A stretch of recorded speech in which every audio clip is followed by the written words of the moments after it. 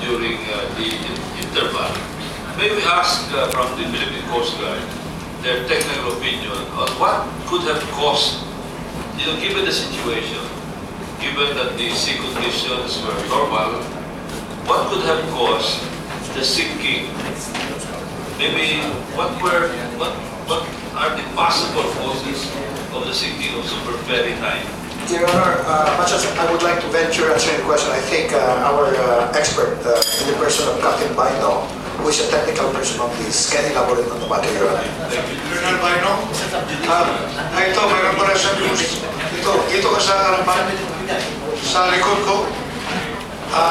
Your Honor, Mr. Chairman, may I clarify, there's still ongoing investigation, so perhaps the presentation will be just a theoretical or... My question is theoretical. I'm not asking what is the reason.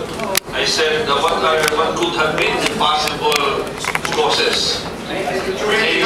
Maybe 5, 6, then maybe one of them will eventually come out of the course. Permission to speak, sir. I am Mr. Joel Supan. I'm the Vice President for Security and Safety of Appointees, and I represent 13 appointees. And I would like to pose objection on the discussion of this topic, and I'd like to call our lawyer to please relate to this objection. Pakiliwanag na.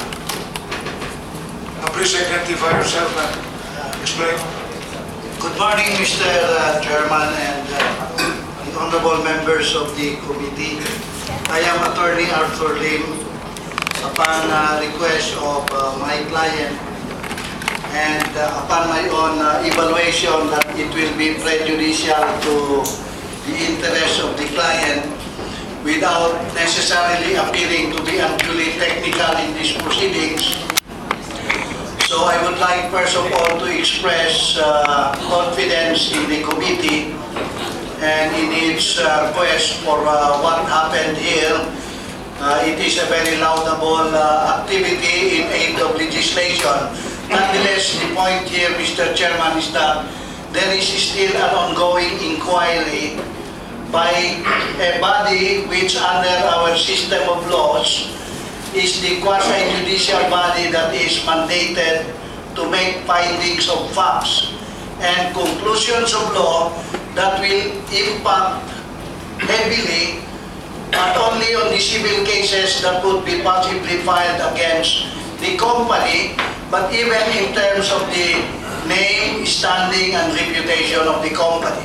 So I would like to go on record as interposing a very strong but respectful objection to any attempt on the part of any government agency, especially on the part of the Board of Marine Inquiry itself, through its member, Captain Baino, to, in the guise of enlightening a congressional committee on what happened from the technical aspect, but which would amount to a prejudgment of the current investigation.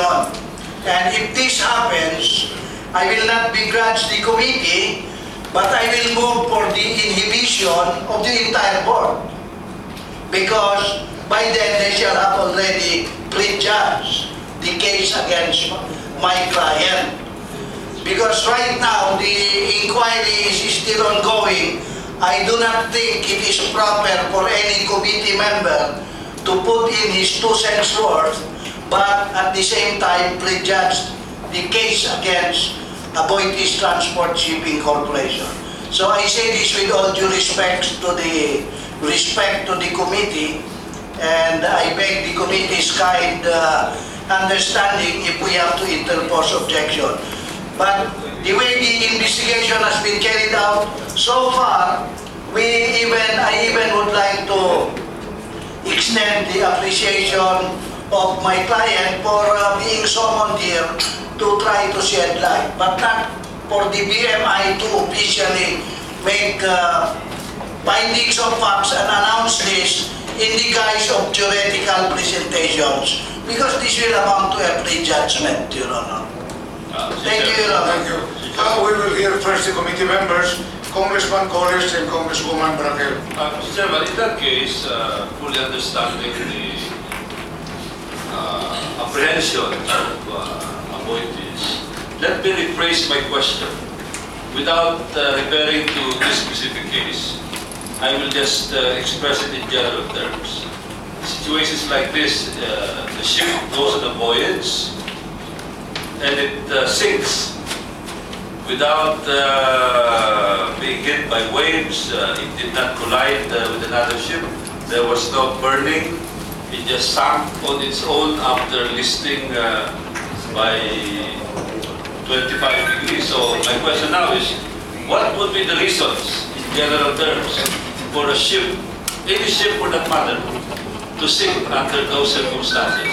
You know, from my own experience, it could be one, it was intentionally scuttled. In other words, the ship intentionally sunk it by manipulating the sieges, etc., etc.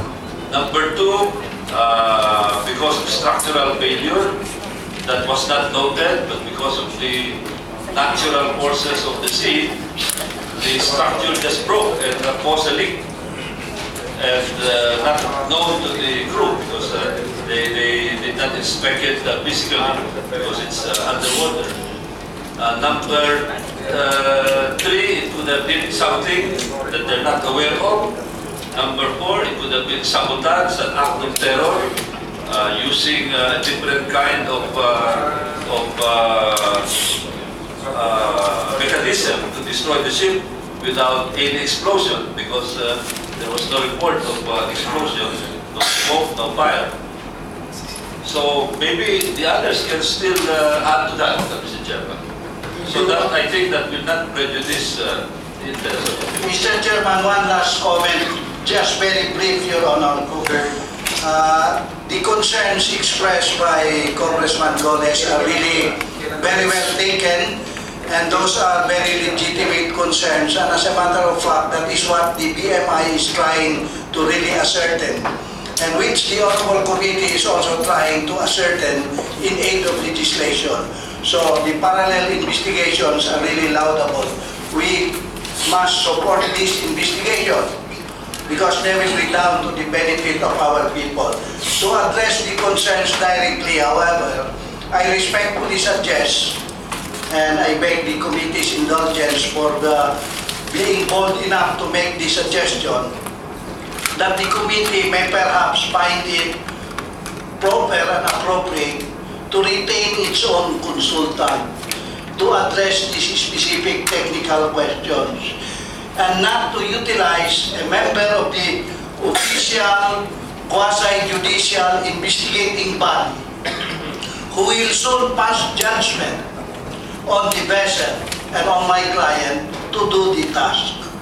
So I am objecting to any attempt by a member of the BMI currently investigating the incident to interject information here that will really be a prejudgment of the case. I cannot allow that under my oath as counsel for the company. But in that case, that's why I said I rephrased